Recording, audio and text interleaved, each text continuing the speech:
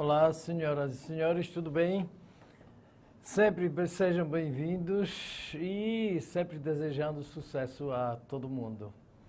Na aula de hoje, nós vamos conhecer, podem observar pelo slide, os conflitos da República Velha. Primeira parte porque existe um conjunto de conflitos durante a República, perfeito? A República Velha. Então, vamos analisá-los pela ordem cronológica da forma como eles aconteceram.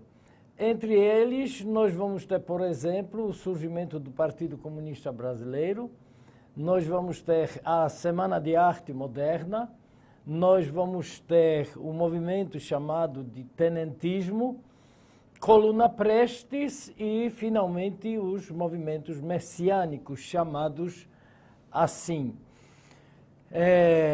Vamos então para a análise. Na verdade, todos esses, podem olhar para mim, todos esses movimentos, eles nasceram por origens diferentes, mas com o mesmo objetivo. Por quê? Porque foram contra toda a estrutura da República Velha, da forma como a oligarquia do café organizou a República no Brasil em função exclusivamente dos seus interesses. Então, por exemplo, os trabalhadores vão organizar o Partido Comunista, os militares vão organizar o movimento chamado tenentismo, outros grupos sociais, outros movimentos, como por exemplo os artistas, vão organizar a Semana de Arte Moderna. Então vamos acompanhar aqui. O primeiro Partido Comunista Brasileiro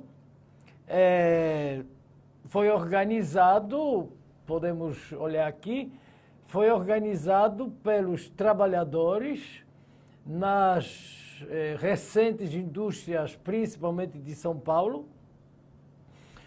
que, inspirados, obviamente, na Revolução Russa de 1917, que, através de uma organização político-partidária, achavam que iriam ganhar mais força e mais poder na luta contra as medidas que a República Velha tomava em função dos trabalhadores, perfeito? Como os salários, como tempo de trabalho, que salários baixíssimos, tempo de trabalho, desculpe, super prolongado. Então, condições, de uma forma geral, de trabalho.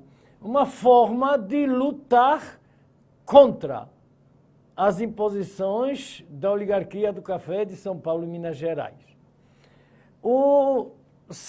Em segundo lugar, a Semana de Arte Moderna. E aqui a gente tem que destacar um detalhe muito importante. A Semana de Arte Moderna, na verdade, foi uma iniciativa dos artistas para reagir contra a estrutura da República Velha organizada de acordo com os interesses da oligarquia do café. Então, através das formas de arte, que eles queriam mostrar o seu descontentamento com a estrutura do país, com a estrutura da República, criada justamente pela... Então, não só foi um movimento artístico, literário e assim por diante. Foi um movimento político, porque por detrás das obras de arte vinha a crítica justamente ao funcionamento da República Velha, consequentemente. Terceiro item, nós vamos ver o tenentismo. Aí, de novo, vão ser os jovens militares tenentes que também vão se rebelar contra e vão reivindicar as mudanças na sociedade, na estrutura política, social, econômica da República Velha, que nós vamos ver detalhadamente em seguida.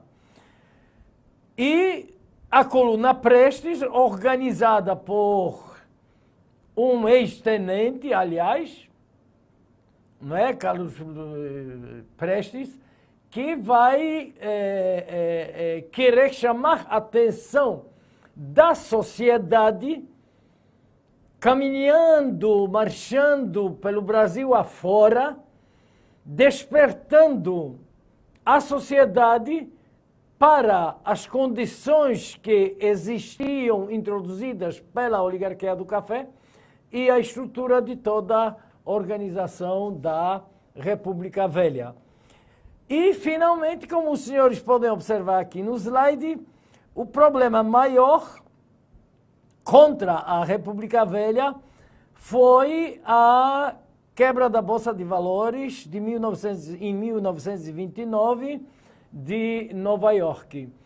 Por quê? Porque, na verdade, o que representou a quebra de valores de 1929 em Nova York? Ora, senhores, todas as ações, valores praticamente mundiais na época existindo, estavam concentrados na Bolsa de Valores de Nova York. Então, todos os valores da oligarquia do café, que era o governo no Brasil, também estavam centralizados na Bolsa de Valores de Nova York. O que foi que aconteceu então? De repente, as ações não valiam mais nada. Consequentemente, perderam todos os valores que tinham investido justamente lá. Então, quebraram, faliram. Se a gente for abrir mais o leque, o que foi que então aconteceu? Faliu a classe social dominante, que foi a oligarquia do café. Faliu a classe social dominante. Faliu o governo, que era composto pelos donos do café. Faliu o Estado brasileiro. Então, o pior momento e, do outro lado, o melhor para derrubar a estrutura da República Velha foi justamente o problema econômico em Nova York. O que facilitou, obviamente, a Aliança Liberal, composta praticamente por todos os estados brasileiros, liderada por Getúlio Vargas, perfeito, poderia fazer um golpe que nós passamos a chamar de Revolução de 1930, que vai definitivamente, então, derrubar toda a estrutura da República Velha. Vamos lá. Os objetivos, por exemplo, dos tenentes. Nós tínhamos uma lista enorme. Primeiro, os senhores podem acompanhar, o reformismo social. A estrutura da sociedade, que era completamente desigualitária. Segundo, dentro desse item também, o despertar do nacionalismo, olhem aqui por gentileza, e não do individualismo político dos donos do café, que cobriam o amor pela pátria, interesse pela pátria, e sim, só estavam os jogos de interesses exclusivamente deles. Seguindo, e centralização política, porque, na verdade, só estava toda centralização da política estava nas mãos de São Paulo e Minas Gerais. E o resto do Brasil não tinha direito a participar nas decisões do poder da República. Então, o que interessava? Acabar com essa centralização política de São Paulo e de Minas Gerais e expandi-la pelo direito de participação do Brasil inteiro. O outro item entre os objetivos dos tenentes, a moralização da administração pública. Vejam, os senhores, que não é novidade. Parece que a história no Brasil parou e não muda. Porque esse mesmo item, hoje nós estamos levando em consideração também, justamente, moralizar a administração pública. A administração dos bens do povo. E não ou melhor, e não usufruir-se do cargo, e sim servir ao cargo. Essa era a preocupação nesse contexto dos jovens tenentes. Um outro item, a mudança no sistema eleitoral, claro. Era voto aberto, perfeito, então todo mundo sabia quem votava. Cabresto, quer dizer, controlado por aqueles que tinham o poder. E por isso que os tenentes queriam que o voto fosse secreto e não mais aberto, quer dizer, garantindo a individualidade do cidadão brasileiro. Fim de fraudes, novamente podemos observar justamente a situação atual do país igual à da República Velha. Então, será que o Brasil continua sendo velho? Será que não modernizou? Porque o que nós temos de registros de fraudes em licitações, em obras públicas, na administração, de uma forma geral, é um absurdo, perfeito? Isso tudo já existia na República Velha e os tenentes justamente criticavam esse aspecto também. Liberdade para os presos políticos, porque eles não concordavam, e até mesmo, principalmente, o direito de participação política dos militares, que, vamos dizer assim, a maioria dos presos políticos eram os militares, que não concordavam com o governo da oligarquia. Perfeito? E, além disso, liberdade de expressão defendida por tenentes justamente, ou melhor, justificava a liberdade para os presos políticos que, por causa disso, estavam nas cadeias. O voto secreto, como eu já mencionei, olha só esse item, o castigo para os políticos corruptos. De novo, parece que a gente vive República Velha. Então, o que foi que mudou no Brasil? O que foi que modernizou-se no Brasil? Olha só, os tenentes já na República Velha exigiam castigos para os políticos corruptos. Quer dizer que a corrupção não é novidade no Brasil, infelizmente. O outro detalhe também, os militares deveriam ser considerados como soldados, mas também como cidadãos, e não apenas soldados. Então, deveriam ter todos os direitos na sociedade como qualquer outro cidadão. Eles apenas exerciam a função de soldado, mas não exerciam em plenitude todos os direitos de um cidadão. Outro detalhe, finalmente, na cara, o fim do regime oligárquico, que, como aqui o slide nos mostra, O que quer dizer regime oligárquico? O que quer dizer oligarquia? O governo de poucos. No nosso caso, olhem aqui por gentileza, quem eram os poucos? Os donos do café.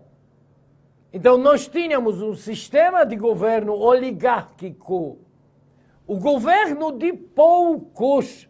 Somente eles, os donos do café, que formavam o governo e tinham todos os direitos, poderes e privilégios, justamente, que exerciam por organizarem o sistema oligárquico de governo, garantindo exclusividade somente para eles. Então, a crítica dos tenentes foi muito severa, como nós podemos observar. Do outro lado, outros problemas que nós podemos ver aqui na tela. O coronelismo versus messianismo. Em poucas palavras, o que seria isso? Movimentos sociais, principalmente das camadas mais inferiores da sociedade, que viviam miséria e pobreza por causa dos privilégios e a organização do Brasil em função exclusivos dos interesses dos donos do café. Então, para eles tudo, para o resto nada. É assim que funcionava. Contra esses movimentos, contra o coronelismo, porque, na verdade, os coronéis criaram um sistema de poder que nós podemos chamar simplesmente de coronelismo. Então, a sociedade contra os donos do poder, que controlavam esta sociedade. Por isso, eram os movimentos separatistas, distantes do governo, distantes dos poderosos, justamente por quê? Porque a sociedade sabia, as camadas inferiores da sociedade sabiam muito bem que não tinham condições de vencer esta república oligárquica. Então queriam se afastar, ficar longe, distante dela, para poderem viver uma vida dentro do seu estilo, como movimentos messiânicos que nós vamos ver a seguir os exemplos.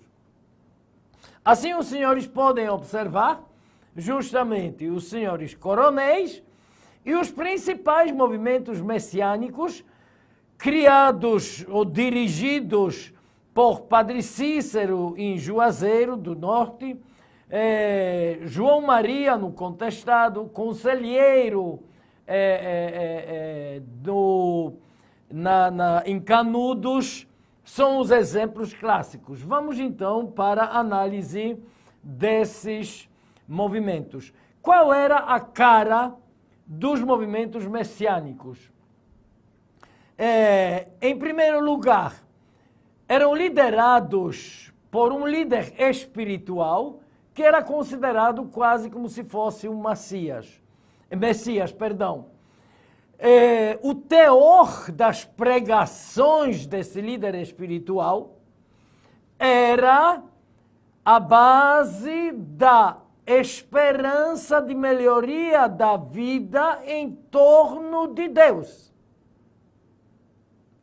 Além disso, claro que isso foi uma nova forma de organização popular diante da desgraça social criada pelos coronéis, pela oligarquia. Do outro lado, justamente as necessidades espirituais que sentiam justamente para poder vencer as dificuldades apresentadas e impostas, na verdade, pelo governo oligárquico. E, obviamente, sentiam também as necessidades materiais. Essa forma de organização popular ameaçava, obviamente, a ordem constituída pelos coronéis, pela oligarquia do café. Ameaçava o seu poder, e principalmente porque eles ocupavam as terras. Ora, se nós estamos falando da oligarquia do café, aristocracia rural, então a ela interessavam as terras. Como é que miseravelmente miserável poderia ter direito ao espaço de uma terra? Se só quem tinha esse direito eram justamente eles, os coronéis. Assim, o mapa nos mostra os principais locais justamente dos conflitos sociais na República Velha ou na República do Café com Leite. E aqui os senhores podem observar justamente, nós temos Padre Cícero em Juazeiro, nessa área daqui do Nordeste. Do outro lado, os Canudos, mais intencionados para a região da Bahia. Nós vamos ter no Rio de Janeiro a revolta da vacina e a revolta da chibata.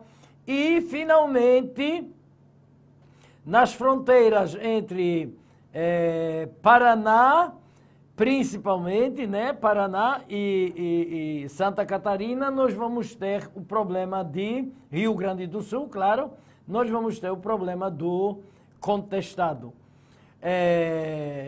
Vamos analisar. Primeiro aspecto, acompanhando a tela, o cangaço, os canudos e o Padre Cícero. De novo, o mapa nos mostra claramente aqui as áreas de atuação do cangaço, as áreas de atuação de Padre Cícero e as áreas de influência de Antônio Conselheiro em Canudos. Os senhores podem observar, de acordo com a legenda, que nós temos toda a área indicada pela mancha verde, o cangaço em toda essa área agia desde 1870, né? E com Lampião, já na década de 20, 30, 40, perfeito? Além disso, a área em azul que nós temos, justamente de influência de Padre Cícero, que está sendo mostrada, indicada no mapa, e, finalmente, a área de influência de Antônio Conselheiro, indicada pela legenda vermelha. Aqui os senhores podem observar, então. Tudo isso eram, aqui por gentileza, tudo isso eram movimentos da pobreza da sociedade inferior, das camadas inferiores, contra as riquezas dos senhores. Perfeito? Então, por isso, por exemplo, o cangaço roubava dos ricos e distribuía entre os pobres. Perfeito?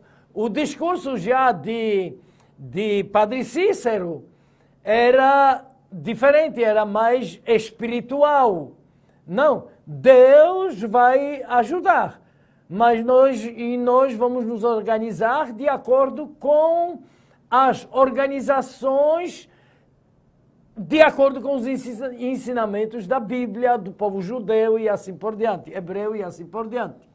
E Antônio Conselheiro, idem, pregando a esperança de uma sociedade, de uma vida melhor numa sociedade organizada de acordo com os princípios bíblicos. Ok, vamos então para a Guerra dos Canudos. Observem bem os senhores como uma área praticamente desértica se transformou numa cidade super, mega, hiper organizada. Perfeito? Parece programada a forma arquitetônica da estrutura a chamada Cidade Santa de Belo Monte, inclusive que esse rapaz, Euclides da Cunha, que acompanhou inclusive os Canudos e descreveu toda a história da Guerra dos Canudos na sua grande obra Os Sertões. E que precisavam-se 4 expedições militares para finalmente acabar com o Belo Monte, com os Canudos.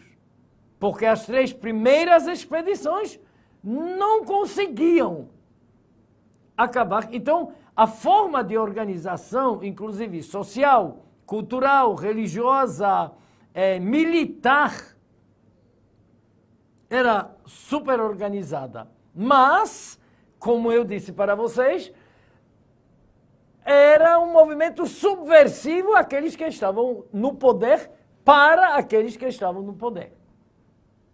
Ok. Vejamos as características da Guerra dos Canudos.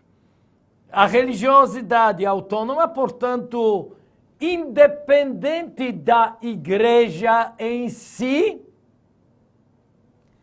mas a igreja reivindicava ter o controle sobre a religião, por isso, para a própria igreja, os canudos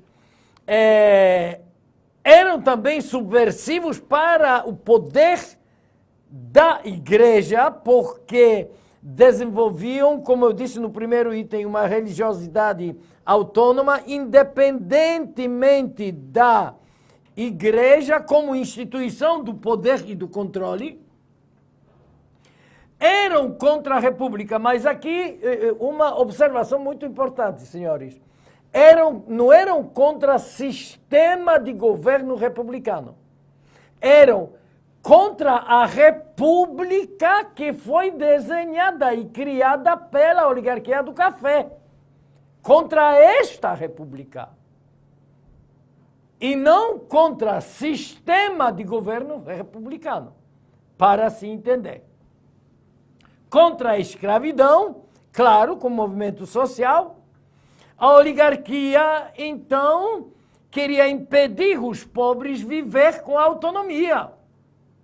Por quê? Por causa da necessidade de mão de obra pobre e barata. Eu disse agora há pouco para os senhores. Tudo para eles, nada para os outros. Infelizmente, o filme até e a própria obra Os Sertões e o filme A Guerra dos Canudos mostra que praticamente os Canudos foi completamente dizimado e o seu líder também executado. Nós temos aqui justamente uma comparação, as faces distintas dos problemas da República Velha.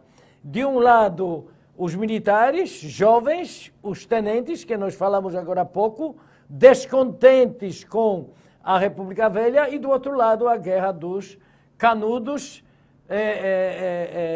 as camadas dos pobres, principalmente. Assim, concluímos uma parte dos conflitos da República Velha. Mas é claro que nós temos ainda outros problemas que vão ser enfrentados pela oligarquia do café. E isso nós vamos ver no nosso próximo encontro. Muito obrigado, sucesso sempre, tchau, até a próxima.